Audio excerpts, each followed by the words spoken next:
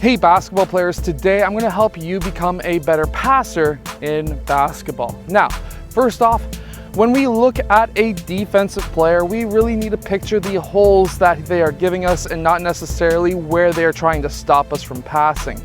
So when I was on the cruise recently back in January, a lot of the people who were playing basketball were really surprised by my passing ability, and they also were always scared of my passing ability because it always seemed like I was going to hit them in the face.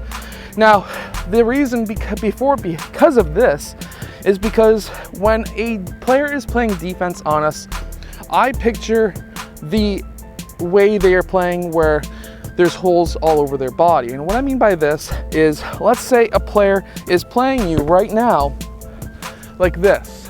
Where are the holes that he is giving you right now if he is playing with his palms up like this? Well, number one is going to be obviously through the legs. You could pass there, but that is a very risky and not really very rewarding pass unless your name is Kyle Lowry. But if he is playing you like this, he is taking away the lower areas because his palms are up. He's going to be able to swat those away. Now, by playing like this, there's two massive gaping holes where you could pass through, and that is right beside his head. First off, if he's playing like this and you can pass through his head, like beside his head, first off, he's not going to be able to stop it. He's not going to be able to reach up fast enough before that ball goes past his head. Those are two wide gaping holes that you're able to pass through. And obviously, a few different ways that you can pass through them is by very simply passing through his body, really, past his head with your whole entire hand. And that's not a foul. And of course, that gets that pass through. Another option is the backhand, I call it a backhand pass, on the other side of his head. Or you can of course pass through with the left hand as well if you're strong enough. Now, of course, that's beside his head. So if it goes through, which it should 99% of the time, you're all set. But if he decides to move his head, then it's his problem, and that's going to be stinging for a while. Now, if a player is playing us like this, they're trying to stop any passes going over top. There's still those spots beside his head that you can pass through. However, now he's creating two huge gaping holes below his arms. By him playing like this, trying to stop any passes going over top of him, you can now pass underneath his arms beside his body, and you can get those passes through quite easily. Now, when you're doing these kinds of passes, of course, their hands are up. They're going to be able to probably block those passes quite easily.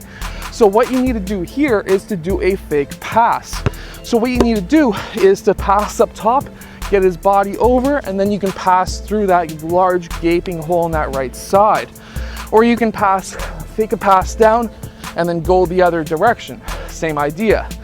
So there is, as a defender, it's a lot easier to defend like this and let the passes go through your head. But if you are trying to stop a pass from going through and you find that these players are passing beside your head, then you could start defending like this. The issue with defending like this is now you're straight up, and when you're straight up, you're really easy to drive past. So keep that in mind. So just to recap, anywhere there's a hole in the body, you really want to try and pass through those holes. Now, even if that player is playing like this, if you can get him up top, so if you can fake a pass up top and he actually goes for it, then you've got some massive gaping holes on his left and right side. But I'm going to tell you right now, the best passes that you can do is beside the head. Now, a quick tip for high post players. This is my position from grade 9 up until about grade 10 and a half, I'll say, because I switched into a guard afterwards because I stopped growing. But up here, I really liked playing the high post because I could pass to a lot of players. So there's two types of passes that I really like up here. So there's the back to the basket. You've got that ball. You've got a defender behind you. He's probably playing you like this or something like that. But if you can keep your head on a swivel, seeing the baseline, seeing players cut towards the basket, especially against a zone defense, you can really hurt a lot of teams. So a lot of players will turn around and make that pass, but that takes time.